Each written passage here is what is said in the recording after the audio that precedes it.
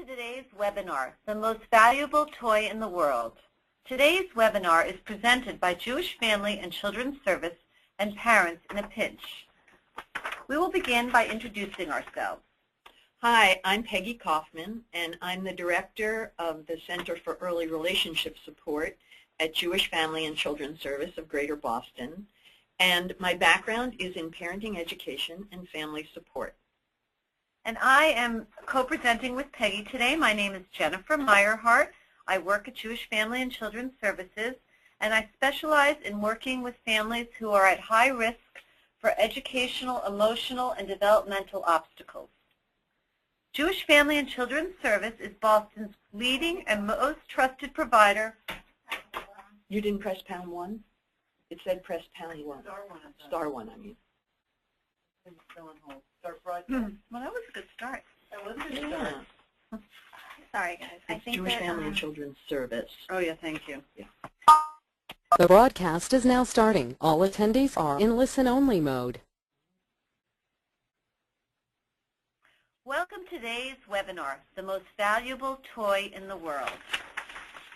Today's webinar is presented by Jewish Family and Children's Service and Parents in a Pinch. We will begin by introducing ourselves.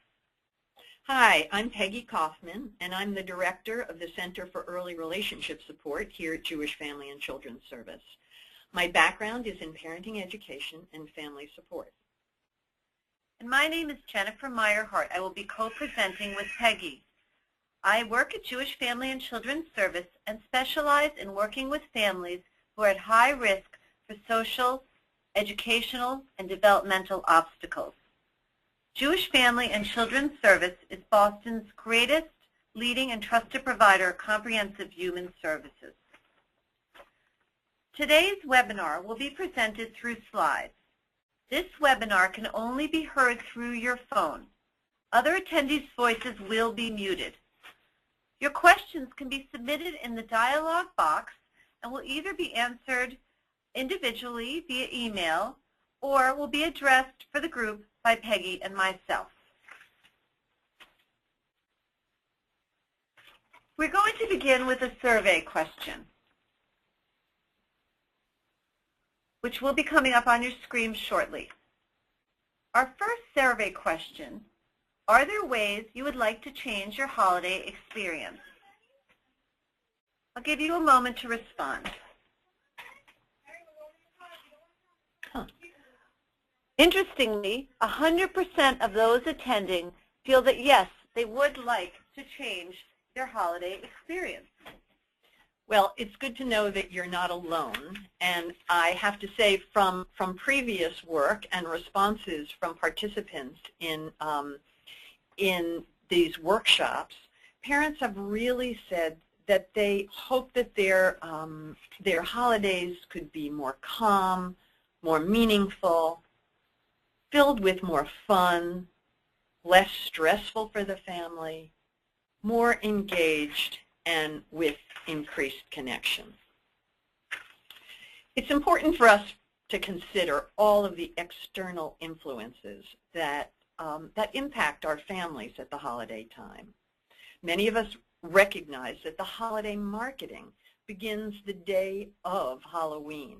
Years ago, it used to be Thanksgiving, and it keeps being pushed back farther and farther by those marketing their goods and wares.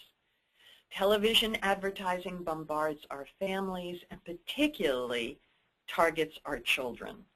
These ads are aimed to hook our children. They're very skilled, and our kids get enveloped in a cloud of want. Holiday music is piped in everywhere, and family expectations can be very high and may in fact be quite unrealistic. Just a look at some of the research that until the age of about 8, children can't understand the persuasive intent that the purpose of commercials is to entice them into buying the product being advertised, and often older than 8 as well. From 1992 to 1997, the amount of money spent on marketing to children doubled from $6.2 million to $12.7 billion. Sorry, $6.2 billion to $12.7 billion. Today, they're spending at least $15 billion. Then there's each person's internal experience with the holidays. For children, they may be more hyperactive, reacting to pressures surrounding the holiday. They may be more excitable. It's important for us as parents to consider each child, what we know about our children, what we know about their stimulation tolerance, and their temperament to best set the stage for a calmer, less stressful experience. Then there's the parent's internal experience. It's usually a more pressured time. Not only are we balancing work, family, now we've got holiday needs, getting gifts. There are, as I said earlier, increased expectations among the family for perhaps presents, for perhaps holiday celebrations. And along with these expectations, guilt walks right by our sides. It feels as if, for many of us, we can never do enough. Are we giving enough gifts? Are we giving the biggest gifts? Are we giving the gifts that our children want? Are we getting together enough with other people? Guilt just walks hand in hand with parenting, working parents, and this holiday season. It's important for us, those of us who are with partners and even very close to extended family, to understand and acknowledge differences, to know that each of us in a family comes with different expectations and a different history of what one wants for the holiday.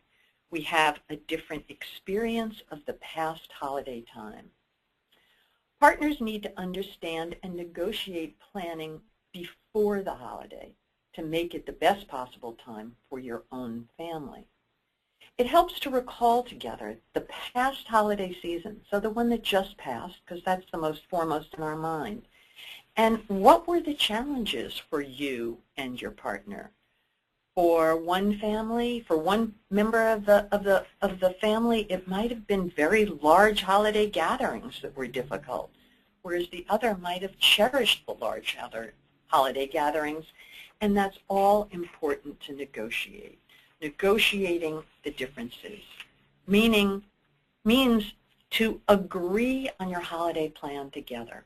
You might not want the same things, but for the sake of the children, to negotiate the differences out of the children's earshot and to come together on the holiday plan to generate a unified holiday plan, which really does need to include a budget. Let's look at family survival. If you do decorate your home, do so in gradual stages and allow your child or your children to interact with the decoration and the decorating of your home. In the best interest, children love to make decorations and be involved in that activity before things go up, to start making decorations together. Another survival strategy is to avoid really crowded malls when it's just going to hassle people and make your time more intense. Another survival strategy is to wait until just before the holidays to start talking a lot about them and setting out gifts. You want to examine ways to minimize disruptions to your already established routines, your dinner time routines, your bedtime routines. This helps to keep children and us grounded. Research has demonstrated that holiday gatherings and family celebrations are more satisfying and result in higher levels of happiness when family members de-emphasize the materialistic aspect of the celebration while emphasizing the positive aspects of family and spirituality, and engage in environmentally conscious consumption practices during holiday gatherings. You know, this research, the word spirituality is mentioned, and it's important for us to remember that all of the holidays are spiritual, religious, and cultural events, and we want to find ways to include those aspects of the holidays. So here are some examples that I've gotten actually from families about strategies for family change. And one thing I want to say before we go into the specifics is these activities may take place the whole month of December and into January, or they may take place one weekend every month, or they may take place one night a week for the week of the holidays when children may be out of school or out of their regular daycare. I think the message is to take your time. Try to do less, but take your time to engage. One family decides on a game night. So each child, in this case, chose a game, and the family would play the game together for maybe 10 minutes, depending on your child's development and the age of your child. An important thing is, however, to turn off all interruptions. No TV, no cell phones, no computers on during the 10 minutes or whatever that might be of playing the game. Reading out loud as a family, it might be a holiday book, it might be somebody's favorite story, but to do it as a family and to announce that we're going to be doing this together, it's part of our holiday celebration. Charity and volunteering can become a part of a family celebration very early. One family went to very early in a child's age. One family went to the food pantry early in December and asked the local food pantry what they needed. They indicated that they needed brown rice. So every single shopping trip for that month, the family, whoever was going, would pick up a small bag of brown rice and they would bring it to the food pantry the week of Hanukkah or Christmas or Kwanzaa, whatever their celebration happened to be. Another family adopts a child from a domestic violence shelter. Now, the child doesn't know that they're being adopted, but every single week during the year, the children put a dime or a nickel or a quarter, depending on the age of the child, in a charity box. And then at the holiday time, they choose a child and buy a gift for that child who is in a shelter. It can be a time to go outside and play together in the snow, to take 10 minutes in an evening to look at stars. There's lots of opportunities for cooking together, creative cooking, to go look at the holiday lights, to take a walk together. Let's not forget singing together. There's lots of wonderful holiday music, no matter what your tradition. To making gift wrapping together. Very often kids will recall that their favorite part was making gift wrapping together. It could be a collage from newspaper funny papers or even making the gift itself. Again, whatever your strategy, take your time with your children. Peggy, these strategies are so nice because they take the emphasis away from the materialistic and instead focus it on the ritual around the holiday. And I think those are the things that children really end up most remembering. Yeah. Our second poll question is coming on. Does your favorite holiday memory involve a gift or an experience? I'll give you a moment to answer.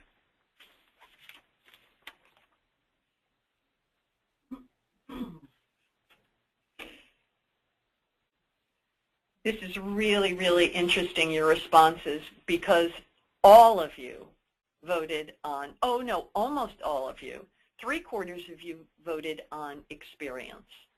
And it really is validating what Jennifer's just saying, is that the strategies that we talk about are really about experiences together, in addition to gifts, but gifts that don't necessarily involve consumerism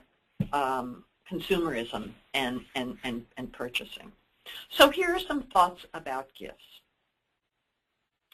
All the holiday pictures are filled with many gifts, under the tree, under the lights.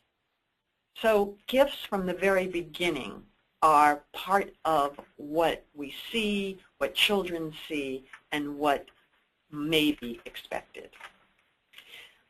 Less can be more with gifts. Explore your own experience with gifts. Try to remember what you felt when you were opening gifts, how you felt when you heard about your friends' gifts. To remember and try and get into the skin of your own children. Set the stage with clear expectations when shopping for gifts with children. So this is for gifts for other people. So setting the stage by, we're going to the store and we're going to pick out one gift for Grandma. And we have $17 to spend. Now this, of course, will vary with the developmental stage of your children or your child. And that always has to be taken into consideration with all of these ideas and strategies and thoughts is, who is my child? What is their stage of development and what is their developmental need? In general, limit electronic gifts that lead to solo, more isolating time. And for our last slide, when your child opens a gift, get down on the floor with your child. Spend time with him or her with that gift before moving on to the next gift. Stay with your child and get engaged with whatever it is. It's very important to pay attention to emotions that are going on when the child opens the gift. Might the child be disappointed? And if so, it's an opportunity for communication. May the child be in a frenzy around the gift? And slow down a little bit. Some people will often open gifts in stages. Take a break to have some hot chocolate, or take a break to make some breakfast together, to make some holiday food. Very often we can integrate activities with the gift giving. And again, that depends on your child's stage and how many gifts you have out. But remember, most important, that you, the parent, are your child's most valuable toy and gift. Peggy, many families I know have started to give board games that require several players, and I think this really addresses so many of these great points you've made. They're not solo time. They require a family to get down on the floor together, spend time together, really communicate, and it creates, again, another ritual of, this is one of the things we do around holiday time. We make time to sit around a family board game and all engage together.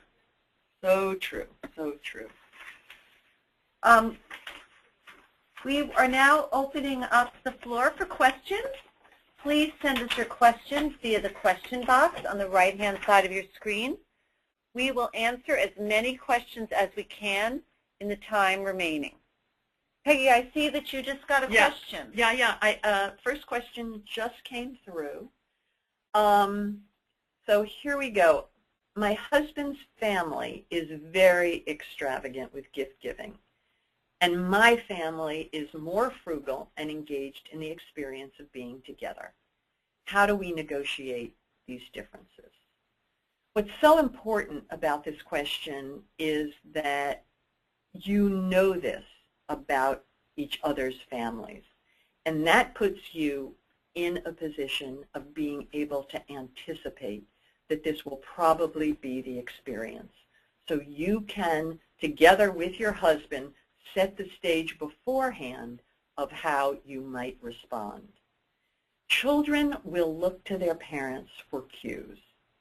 If you are getting more excited about the extravagant gift than you are about, say, the gift of a year's membership to the Audubon, then your children are going to pick up on those cues.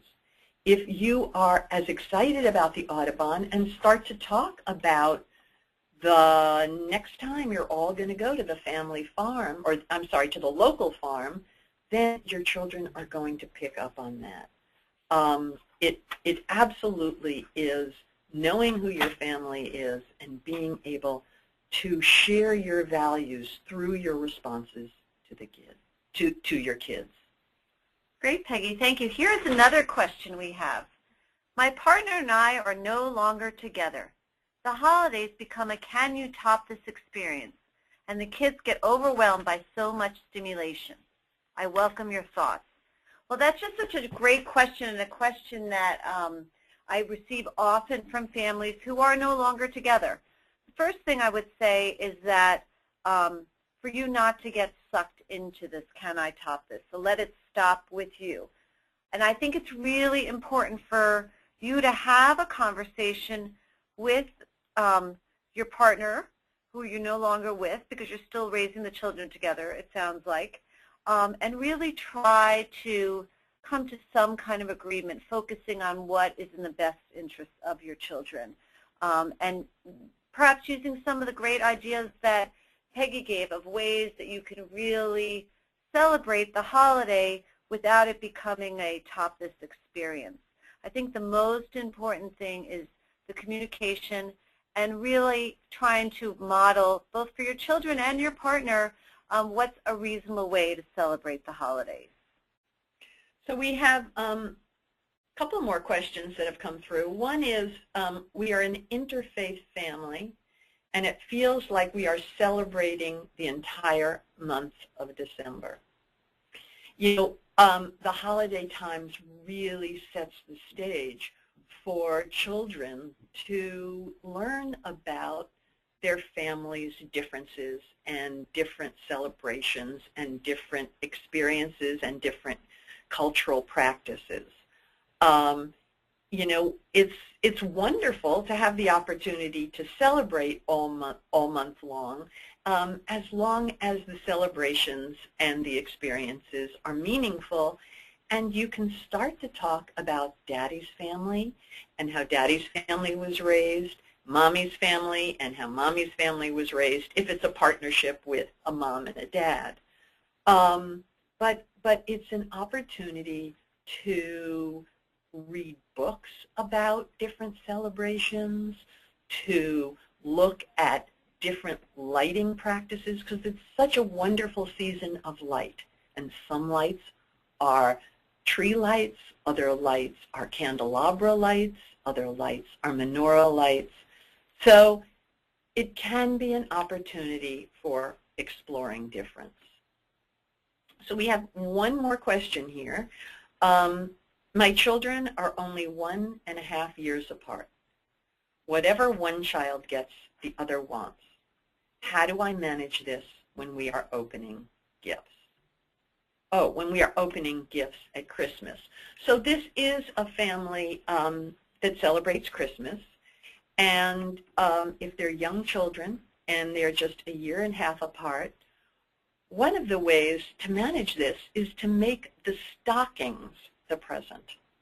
And in the stockings, the children get the same gifts, maybe different colors, depending on the age of the children. Now, I'm talking about quite young children who always want what the other wants, and they are not old enough to begin to understand and to anticipate. So to set the stage with opening presents from the stockings, and then maybe thinking about what Jennifer suggested, and the other gifts are shared gifts. They're board games, they're blocks, and that the children open them together. But it's a challenge. It may in fact mean, if, you know, when family members come, taking the children aside and opening their gifts separately and having them have a special place for a while to have that gift alone. We would love to hear your ideas about what future webinar topics you'd be interested in. Please feel free to write in any ideas or topics that you think would be helpful to you. I also want to let you know about our individualized parenting support. If you have questions about gift giving or any other topic where you think it would be useful to meet one-on-one with one of our fantastic parent consultants, please contact Terry Chebbett at tchebbett@jfcsboston.org, or you can call her directly, 781-693-5669. You can learn more about our parent consultation programs at our website, which is up on your screen. This is Peggy, and thank you very much for joining us today, and I look forward to future webinars. And please stay tuned, because we will be having webinars again starting in the new year, and topics will be announced, and we'll look forward to speaking to you then.